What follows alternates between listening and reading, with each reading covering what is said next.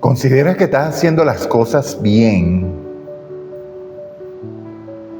¿De qué vino a salvarnos Jesús específicamente? ¿Por qué es necesario un arrepentimiento genuino? Y precisamente ese es el título de la lección para este martes 2 de junio del folleto Creciendo nuestra relación con Dios, y la 10ª lección, cuyo título es Arrepentimiento y Perdón. Les recuerdo que el versículo para memorizar lo conseguimos en Primera de Juan, capítulo 1, versículo 9. Y dice así, que si confesamos nuestros pecados, Dios es fiel y justo para perdonar los pecados y limpiarnos de toda maldad. Entonces vamos a orar para dar inicio a la lección del día de hoy. Padre nuestro que estás en los cielos, aquí estamos gozosos, oh Padre, de podernos reunir una vez más contigo primeramente y también con nuestros hermanos. Clamamos para que nos perdones los pecados, oh Dios, también para que nos limpies de maldad y que tu Santo Espíritu nos tome enteramente, oh Dios, como tuyos, para que podamos ser instruidos por ti. Que Él tome nuestra voluntad, que tome nuestra mente, para que podamos entender, para que podamos vivir conforme a tu santa y divina voluntad. Guíanos siempre, oh Dios. Esta oración la hemos hecho sin mérito y sin poder, sino en el poder y en los méritos de tu amado Hijo Cristo Jesús. Amén y amén. Bueno, mis amados, arrepentimiento genuino. Cuando nosotros estamos, cuando vivimos el día a día, que tenemos contacto con muchos tipos de personas, nos dicen, ¿no? Es bien, eres una buena persona, sigue así, sigue echándole ganas, sigue prosperando, de verdad que tu vida es excelente. Pero, ¿qué tal nosotros mismos? Esa es la percepción que tienen de nosotros, porque tal vez no conocen a Cristo. Pero, ¿qué percepción tienes tú de ti mismo? ¿Acaso es tu percepción de ti lo que define si realmente te comportas bien o te comportas mal? ¿O qué es lo que define esto? Claramente es un así dice Jehová. Porque eso pensó el joven rico cuando llegó ante Cristo pidiendo, ¿qué es lo que debo hacer para conocer la vida eterna, para tener la vida eterna? O para ser salvo. Y llegó Jesús y le dijo, guarda los mandamientos. ¿Y qué mandamiento? No robarás, no cometerás. Eso guardo yo desde niño, entonces yo estoy bien. Entonces Jesús le puso el dedo en la llaga, no para causarle dolor, sino para demostrarle realmente que no cumplía nada de eso y que no estaba bien. ¿Para qué? Para que procediera un arrepentimiento genuino que produjera una reforma en su vida. Entonces, es necesario, amados, que tengamos un arrepentimiento genuino que, por cierto, no es generado por usted, no es generado por mí, porque precisamente nuestra mente pecaminosa, nuestro malvado corazón, el que el Señor nos reveló en Jeremías, ¿sí? Jeremías 17:9, que no hay nada más engañoso que el corazón del hombre, ¿quién podrá conocerlo? Entonces nuestro malvado corazón nos engaña y nos dice que estamos bien, pero no. Necesitamos que Dios produzca ese arrepentimiento genuino en nosotros. ¿Y cómo lo hace Dios? Confrontándonos con nuestra realidad. El caso del joven rico, Jesús lo confrontó con su realidad de que él tenía un ídolo y eran sus riquezas. Y como él tenía muchas posesiones, no quiso renunciar al yo, tomar la cruz y seguirlo. Porque la promesa estaba garantizada, porque Jesús le dijo, vende todo lo que tienes, dáselo a los pobres y después ven y sígueme. Entonces Jesús puso a su disposición tesoros eternos, pero él prefirió los terrenales. Entonces ese arrepentimiento genuino nunca llegó.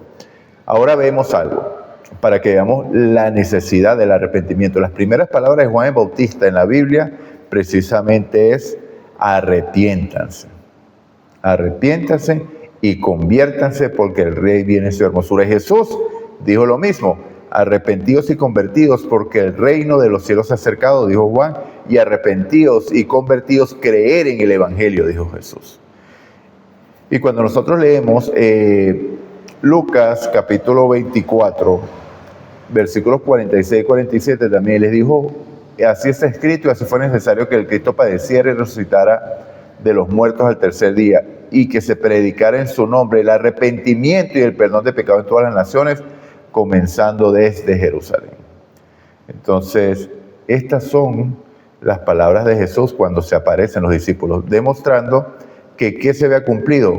Lo que decía la palabra de él, lo que decía la ley y los profetas, lo que decía de él, que el Cristo tenía que padecer mucho por causa de los pecadores y en manos de pecadores y de injustos de los ancianos del pueblo, sufrir y finalmente ser muerto. Ahora vamos a ver cómo Pedro, de manera magistral, tomado por el Espíritu Santo, tomado, así como estamos nosotros, que clamamos al Señor para que nos tome enteramente, predicó un primer sermón excelente que llevó a la gente a ver lo que había en su interior, y eso automáticamente produce arrepentimiento.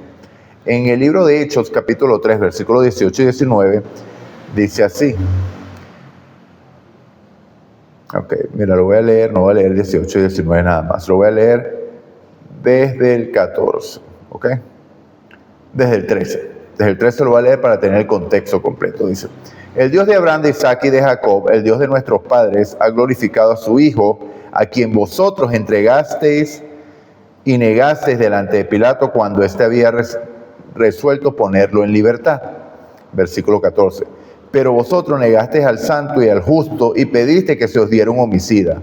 Versículo 15. Y matasteis al autor de la vida, a quien Dios resucitó de los muertos, de lo cual nosotros somos testigos.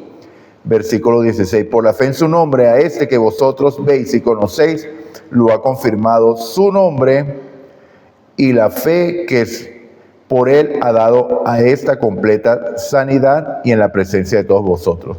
Versículo 17. Pero ahora, hermanos, sé que por ignorancia lo habéis hecho, como también vuestros gobernantes. Y aquí están los versículos centrales que debíamos leer, el 18 y el 19.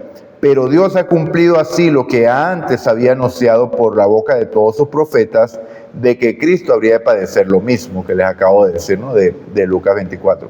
Así que arrepentíos y convertíos para que sean borrados vuestros pecados, para que venga de la presencia del Señor tiempo de refrigerio. Maravilloso Dios.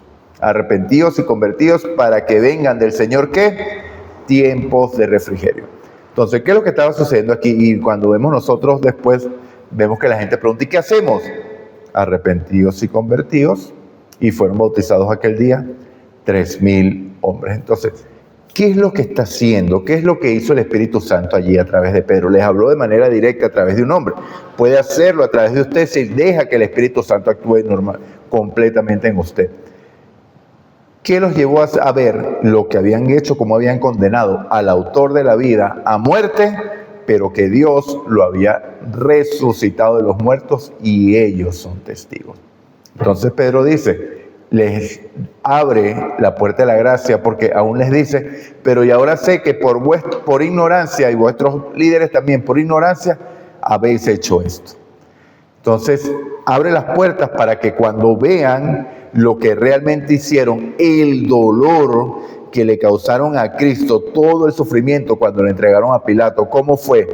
Golpeado primeramente en casa de Anás por la guardia del templo, golpeado, escupido, vituperado, humillado, todo ese dolor, cuando ellos se dan cuenta que era por causa de ellos, eso produce arrepentimiento, mi amado. Porque el Espíritu Santo te muestra lo que realmente pasó. Por eso es que es tan importante que cuando leemos versículos claves, como por ejemplo Juan 3:16, usted sustituya mundo por su nombre. De tal manera amó Dios a Tomás, que dio a su Hijo unigénito, para que si Tomás cree en Él, no se pierda, sino que tenga vida eterna. Porque esto es personal. Cristo murió por ti. Tú eres culpable de la muerte de Cristo. Ese Cristo que tú matasteis. Tú no clavaste las manos de Cristo en un madero. Pero eso es lo que te dice el corazón. Pero si yo no estaba allí. Pero Él se subió allí por todos los pecados que tú cometiste. Y por eso murió. Porque se hizo pecado por ti, asumiendo tu culpa, mi culpa, por amor a ti, a mí. Entonces ahora cobra sentido. Romanos capítulo 5, versículo 8.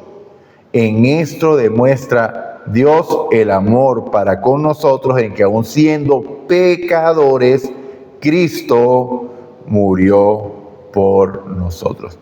Qué maravilloso Dios y Padre tenemos.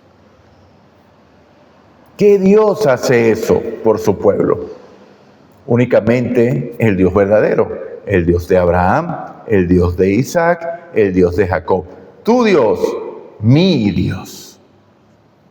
Es maravilloso. Pero entonces, ¿entiendes lo que sucedió allí? ¿Entiendes cómo el Espíritu Santo te lleva al arrepentimiento? Cada pecado que tú cometes causó los sufrimientos de Cristo. Y eso es lo que el Espíritu Santo te lleva a reconocer. Y obviamente que ahora tú ves el pecado excesivamente pecaminoso, porque ahora dices, pero ¿qué es el pecado para que haya exigido semejante sacrificio? El puro, el justo, el inmaculado, el amoroso, por los impíos. Puedes entender lo que sucedió allí. Y es la bondad y el amor de Dios lo único que nos lleva al arrepentimiento, amado.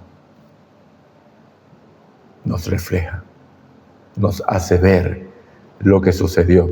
Si me amáis, guardad mis mandamientos, porque un arrepentimiento genuino siempre va a derivar en una reforma, un cambio de actitud, un cambio de acción. No hay tal cosa de que no me arrepiento y lo hago lo mismo al día siguiente, y no hay arrepentimiento. Ahí puede haber, como lo estudiamos en la primera lección, un remordimiento, lo estudiamos el día domingo. Un remordimiento que es dolor por las consecuencias que voy a sufrir, que fue lo que vivió Judas. Judas vivió remordimiento porque vio lo que había causado, que un justo iba a morir por su culpa, pero no le causó arrepentimiento, porque si hubiera causado arrepentimiento, no hace lo que hizo. Porque va a los pies de Dios, a los pies de Cristo. ¿Sí? Entonces, mi amado, vamos a leer esta maravillosa cita de la hermana White del Deseo de toda la gente, página 522, y dice: ningún arrepentimiento que no obre una reforma es genuino. La justicia de Cristo no es un manto para cubrir pecados que no han sido confesados ni abandonados. Es un principio de vida que transforma el carácter y rige la conducta. ¿Por qué? Porque cuando veo lo excesivamente pecaminoso del pecado, ya no quiero volver a cometerlo. No quiero. ¿Significa eso que no voy a caer más? Tal vez no. Pero no quiero. Y para poder volver a caer, tienes que ceder tu voluntad a la carne. El Espíritu Santo lo está evitando. Entonces, ¿consideras que estás actuando bien? Si usted dice que sí considera que está actuando bien, déjeme decirle que está engañado y necesita que Dios le dé arrepentimiento. ¿De qué vino a salvarnos Jesús? Y pondrá su nombre Jesús, Mateo 1, porque viene a salvarnos de nuestros pecados. ¿Qué es pecado?